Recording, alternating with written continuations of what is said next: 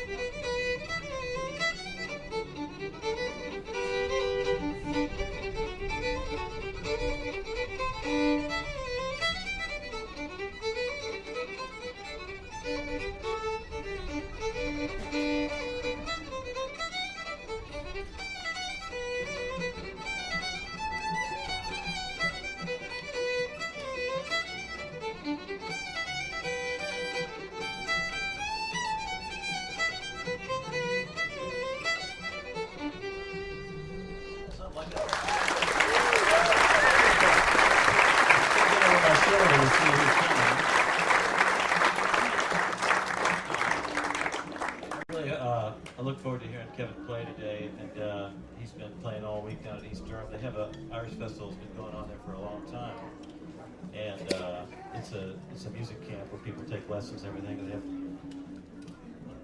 the whole town is filled with apparently Gavin's and O'Connell's hotels and O'Malley's bars and all that stuff, and they have sessions, and it's like little Ireland there. It's the Irish Catskills. Since about 1920, it's been that way apparently.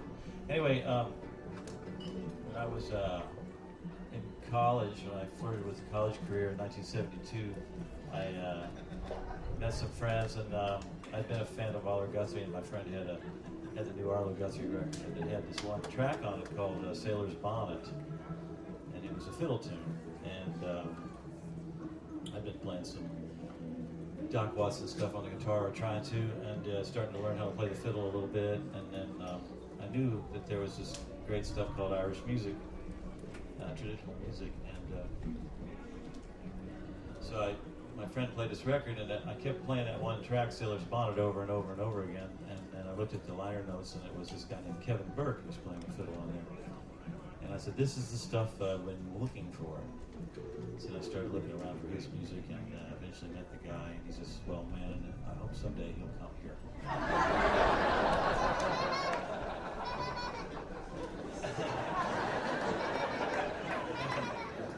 Anyway, I'm not sure what we're going to do. I'm going to do it.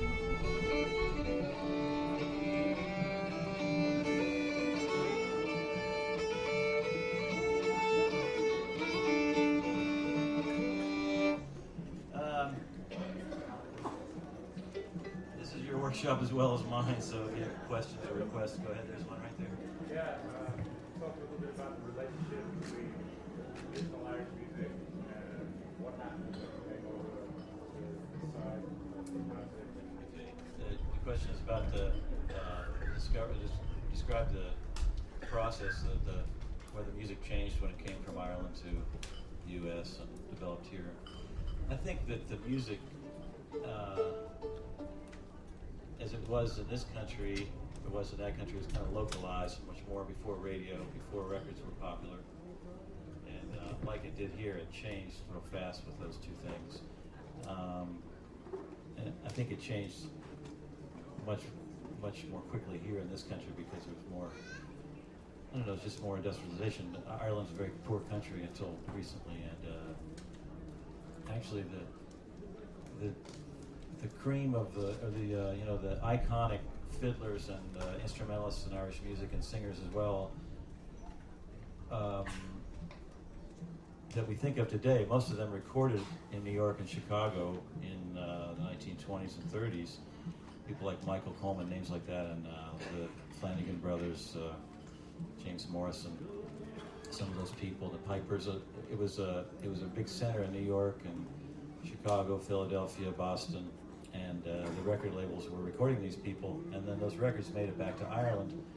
And Michael Coleman was one of the hot dogs that played the fiddle, and all of a sudden his music was all over Ireland, and he was really originally from a small town in Sligo called Gurteen, and once his records came out, everybody was in Ireland could afford a phonograph, and the records were buying these records, and he was popular all over Ireland, and the style became more popular, and that was the beginning of sort of regional styles starting to branch out into other areas because it was on the radio and on the records, especially on the records there. Anyway, in this country, the same thing happened with records and that kind of thing. Every fiddler wanted to play Cackling Hen. Every fiddler wanted to play Orange Blossom Special. That was where the money was, you know. And so it kind of drove that stuff. The Grand Ole Opry, the WLS Barn Dance, these big Saturday night radio shows, and the station that played them, they were very strong stations, particularly late at night after the sun went down, after 7 o'clock. When the other stations went off the air, then all these people could hear this music that was, people were going to the big city to play country music, and then they would broadcast it all over the country. And so, particularly on the Grand Ole Opry, there's a guy named Arthur Smith. There's sort of a before and after Arthur Smith, and after Arthur Smith, sort of more modern, kind of a little slightly like a longer bow style kind of came forward and became the main way to play the fiddle in country music here. And what we call old time music now is kind of anti-Arthur Smith, a lot of it. They kind of want to play the music that predates that. And I'm not sure where those arguments ever get resolved about what is really old time music, what's really Irish music, and that kind of thing. But I think, maybe the music was similar when it arrived in the U.S. and as it was in Ireland. But you also had in this country a lot of the Scots-Irish who came here first. So they were settlers who left Scotland and settled in the northern part of Ireland as part of Queen Elizabeth's solution to, the British Empire, kind of solidifying it. Let's send these guys out and sort of plant and gain ground and civilize these cultures, these native cultures. I did the same thing in Virginia and tried to. Anyway, these Scots-Irish people, they settled in Ireland, Northern Ireland for a while, and then the tax laws and the religious freedom laws changed a little bit, and then a lot of them came to the U.S. And so you had all these Presbyterians who played fiddles too, and they played a lot of the same reels and jigs that the Irish people played, and a little bit different style, I suppose. But that music was probably here when the famine, when the famine happened in the 1840s. Those Scots-Irish had been here for 100 years, a lot of them, and they were already changing the music probably. Then with the United States, you had the black influence, the African influence with the banjo and with the rhythm, and apparently up until about 1920 or so, the black fiddler was a really important part of the southern music scene and the entertainment scene. Play for dances, play for people just for entertainment apparently, and so that whole thing really would have changed the music a good bit. But I think, these things don't really exist in a vacuum. I think for a while it did. Nowadays, when you hear Irish music, you hear a lot of rock and roll influences in the backbeat, on the backing, the instrumental backing behind the fiddlers and instrumental soloists. So it just kind of keeps feeding back on itself, the influences. Hey, Tim? Yeah.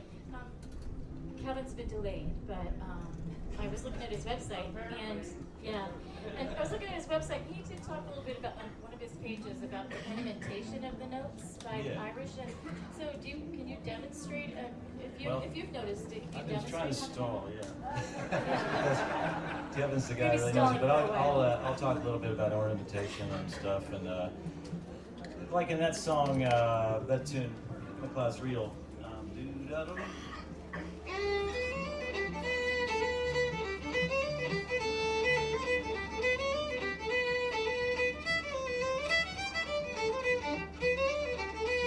Like that note right there, that B note, might play like an American fiddler might play.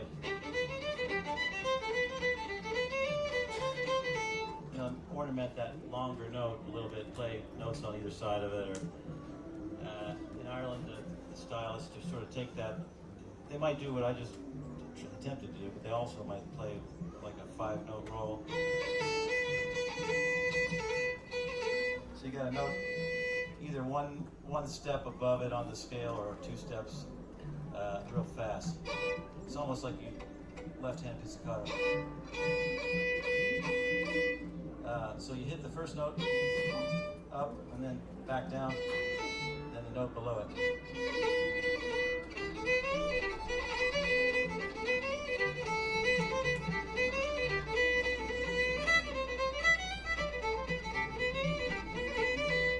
That's one way. You can also do it 4 notes, so you can start with the note above. So that goes in the space of like a quarter note. Da, da. It's the pipers do a different kind of thing.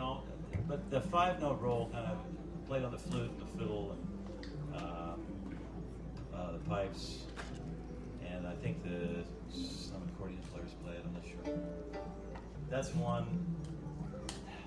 And then there's sort of the triplet, bow triplet.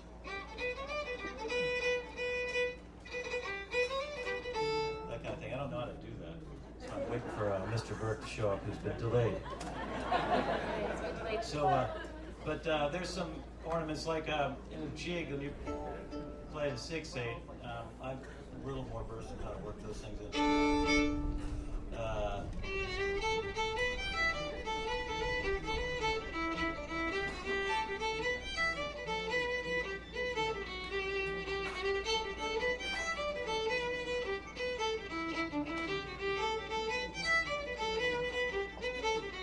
So when you have you could also play instead of, that's, you're basically taking da, da, da, da, da, that first note and you're ornamenting it by playing a note below it and then back up to it. You can also play the 5-note roll.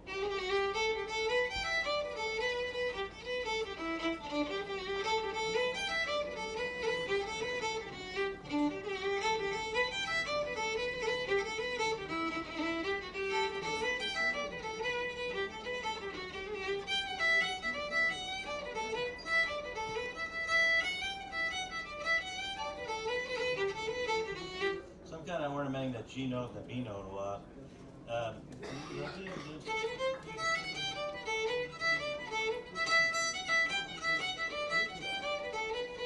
don't know how to do the triplet thing. It's just an alien to me. But triplet, bow triplet, and the 5-note roll are kind of the main deals. This stage diver, Mary Dog, give her a hand. She can dodge any stage in this festival ground.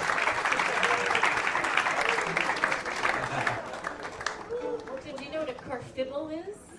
Fiddle? A fiddle? No. It's a phrase that Kevin Burke was talking about. He said that they have their own language when they're talking about music. He even said that people they'll say, if you're playing, they'll say, okay, kick it down the hall.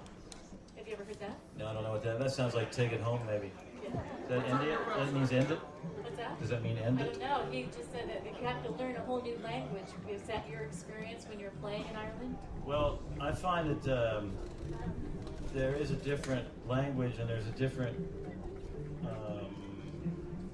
there's a whole different vocabulary, you're right. And oftentimes the same word will mean a different thing to people on either side.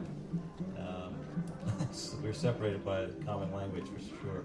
It happens with people from all the English-speaking world, you know that. Let's take a question back here.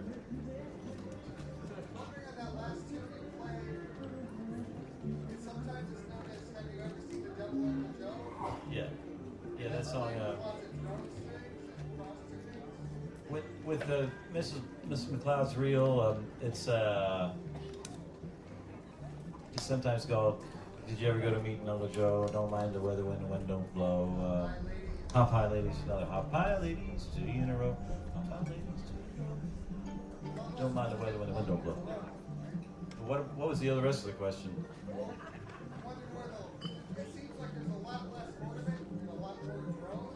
Yeah, the bluegrass and old time players put a lot of importance on the drone and on double stops, and I'm not sure why. Irish fiddling is very ornate. There's all that triplets, all those ornaments, and it's it can get really thick with that stuff. Whereas the real like when you go to the Western style fiddling, well, let's take Bob Wills for instance. His whole thing was very smooth and very long strokes with the bow, and very, smooth tone he was after. Whereas the Irish players, a lot of them will go for a real percussive effect. That's shared with the a lot of the Scots players and also the Quebec players. If you hear them, the Cajun players kind of play smoother style, Western swing, and but yeah, the drones and the double stops. I mean, just you might play it, single notes.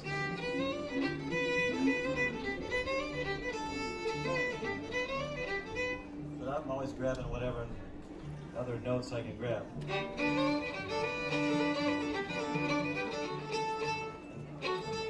Instead of just playing single notes, I might play, do double stops whenever possible to sort of get a bigger sound. It's just, I don't know. Fiddlers do this stuff because they can. It's a question of.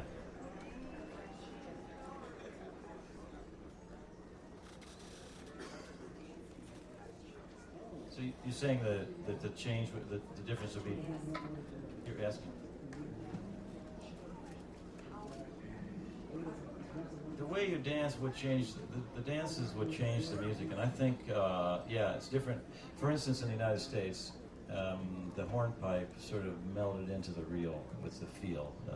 People don't really dance it any differently. They call it a hoedown, a breakdown, or they call it a reel or a hornpipe. It's usually about the same tempo and the same feel. Whereas in Ireland, it would be, a hornpipe would be instead of do-do-do-do-do-do with a reel. And the jig kind of disappeared for whatever reason. And I don't know. I think one thing that happened is the two-step came in, and waltzes and two-step became more popular in dance halls, and particularly the farther west you go, that rules. And it was less.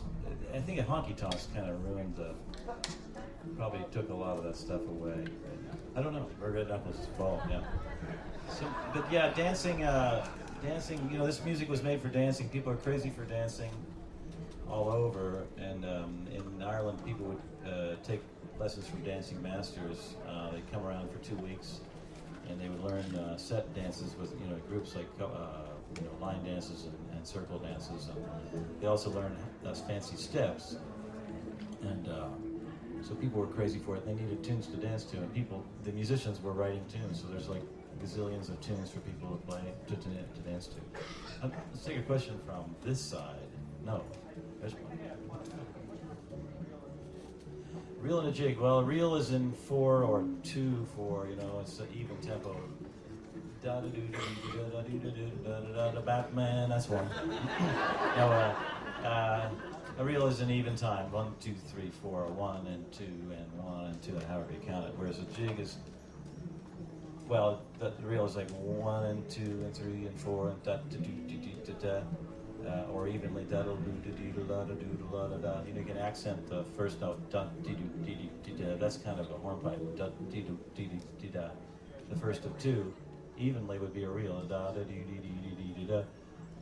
Every beat on a jig would be divided in 3. Da da da do da da da da da. 1, 2, 3, 1, 2, 3, 1, 2, 3. It's in 6, 1, 2, 3, 4, 5, 6, 1, 2, 3, 4. But it's really 2 beat 1, 2, 2, 2, 3, 1, 2, 3, 2, 2, 3, like that.